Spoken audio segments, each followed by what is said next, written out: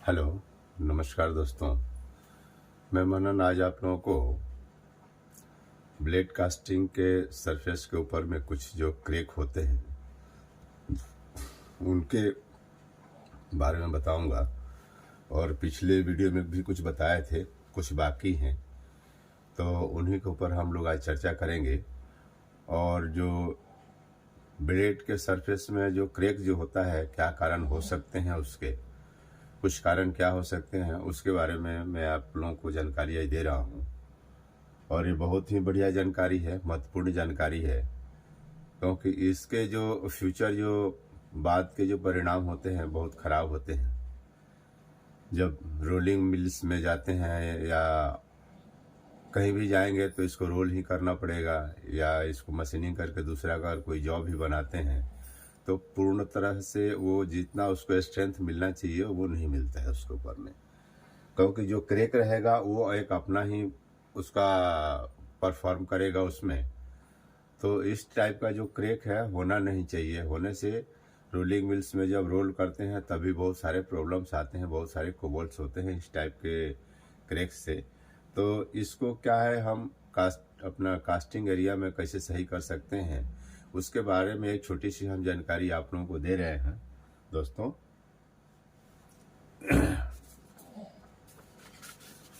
तो आप लोगों को बता रहे हैं कि ये ट्रांसफ़र क्रैक्स जो होते हैं, ट्रांसफ़र क्रैक्स वो क्यों होते हैं, तो उसके बारे में मैं आप लोगों को एक हल्की सी जानकारी दे रहा हूँ।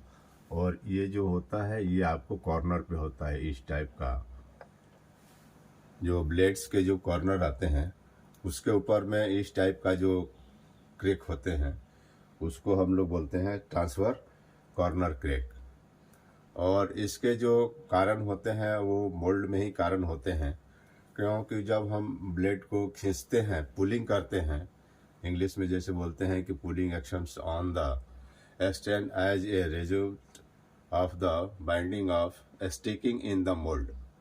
जब उसको ब्लेड को पकड़ के जब हम खींचते हैं मोल्ड में तो वहाँ पर कुछ प्रॉब्लम्स रहते हैं जिसके चलते इस तरह का प्रॉब्लम्स आते हैं। दूसरा क्या है, उसमें जो उसके कंपोनेंट्स हैं, मैकेनिकल जो थर्मोमैकेनिकल बिहेवियर हैं of the mould, adverse moulds, या सेल में थोड़ा सा गैप ज़्यादा हो गया, ऑक्सीलेशन मार्क्स ज़्यादा हो गया, या कंपोजिशन है वो सुपर हीट है, तो इसके चलते भी इस तरह के प्रॉब्लम्स आने की संभावनाएं ज़्यादा रहती हैं। अब हो गया longitudinal crack, longitudinal corner crack.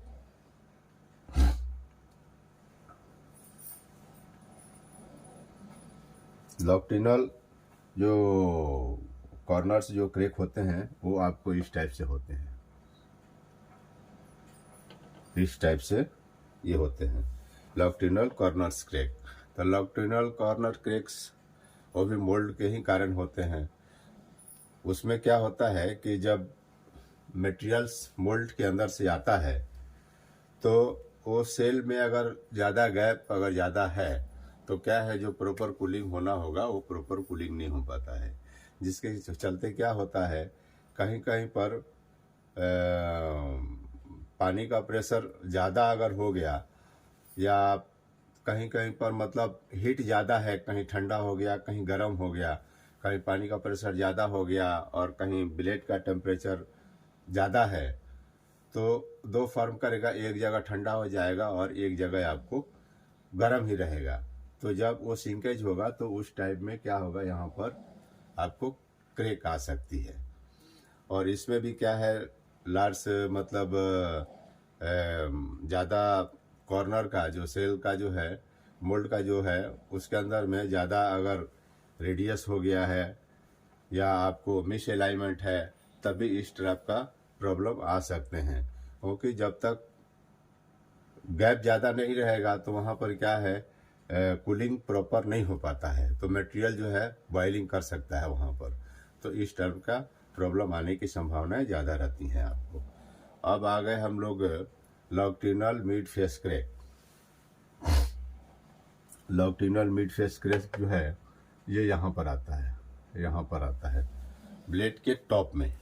Blade के टॉप में इस टाइप का प्रॉब्लम्स आते हैं।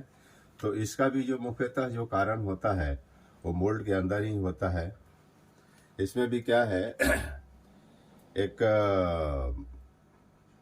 जगह पे, किसी भी एक जगह पे अगर उसका जो टेम्परेचर है वो टेम्परेचर प्रॉपर मैनेज अगर नहीं हो पा रहा है, कूलिंग वगैरह अगर ज़्यादा हो गया वहाँ पर, तो भी इस टाइप का प्रॉब्लम आने की संभावना ज़्यादा रहती है एक लोकल एरिया में ही।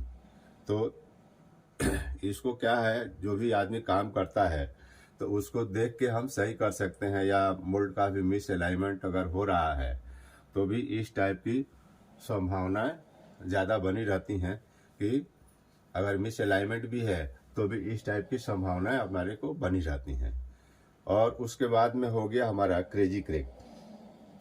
तो क्रेजी क्रैक जो होता है ब्लेड के टॉप सरफेस में आता है, यहाँ पर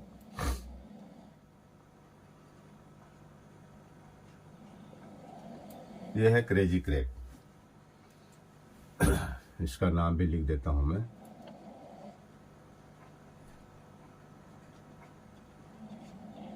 क्रेजी क्रैक। तो इसका जो कारण जो रहता है उसमें क्या है, हमारा स्प्रे का बहुत बड़ा रोल रहता है इस टाइप के क्रैक में। क्योंकि अगर स्प्रे अगर बराबर नहीं है तो क्या होगा, जो उसके ग्रेन्स हैं वो प्रॉपर आपर में ह्यूमनाइज नहीं हो पाएंगे, आपर में पकड़ नहीं बन पाएगी उनको। तो अगर बराबर अगर पकड़ नहीं बन पाएगी तो क्या होगा, वहाँ गैप रह जाता है। जो उसके माइक्रो ग्रेन्स हैं उसमें क्या है, गैप रह जाता है। गैप रहने से क्या है, जब कोल्ड होगा तो वहाँ पर सरफेस में सिंकेज होगा तो वहाँ पर क्रैक होने की संभावनाएं ज़्यादा रहती हैं।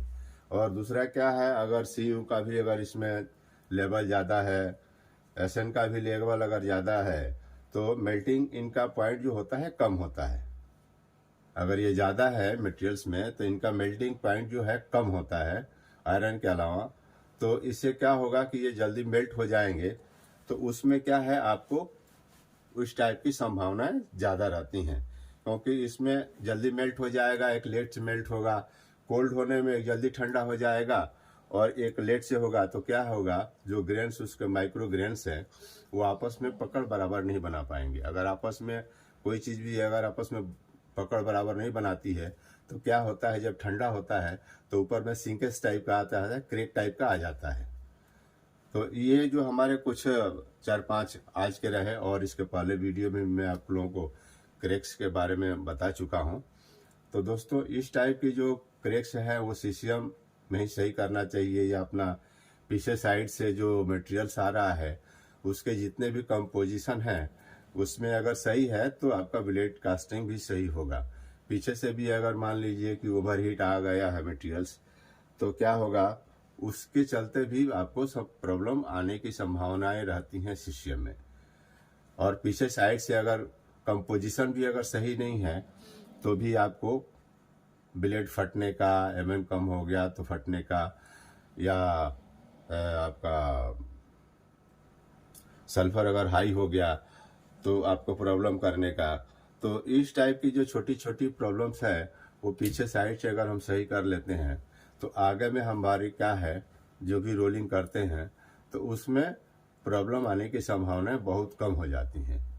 तो ये हमारे सीसीएम दोस्तों के लिए है, या रोलिंग मिल्स में जो आदमी काम करते हैं उनको भी एक जानकारी होना चाहिए इस टाइप की। क्योंकि इस टाइप की जानकारी अगर नहीं होने से क्या है, हमारे को बार बार प्रॉब्लम जो है आते रहेंगे। तो ये अपने को ध्यान रखना है दोस्तों। इसका मैं नाम भी आप लोगों को लिख देता हूँ। ये है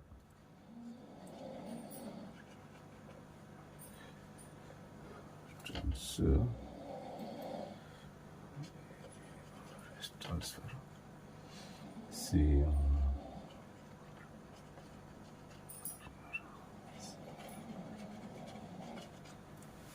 इसको पहले बता चुका हूँ, ट्रांसवर्स कॉर्नर्स क्रैक इसको बोलते हैं। और ये आपको हो गया क्रेजी क्रैक्स हो गया। और ये है, ये जो है,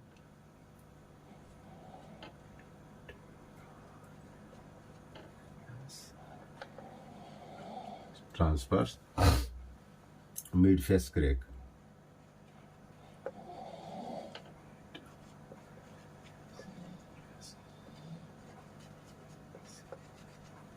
ये हो गया आपका ट्रांसफर मिड फेस क्रैक्स। और ये जो हमारा साइड में जो है लॉन्गिट्यूडनल्स,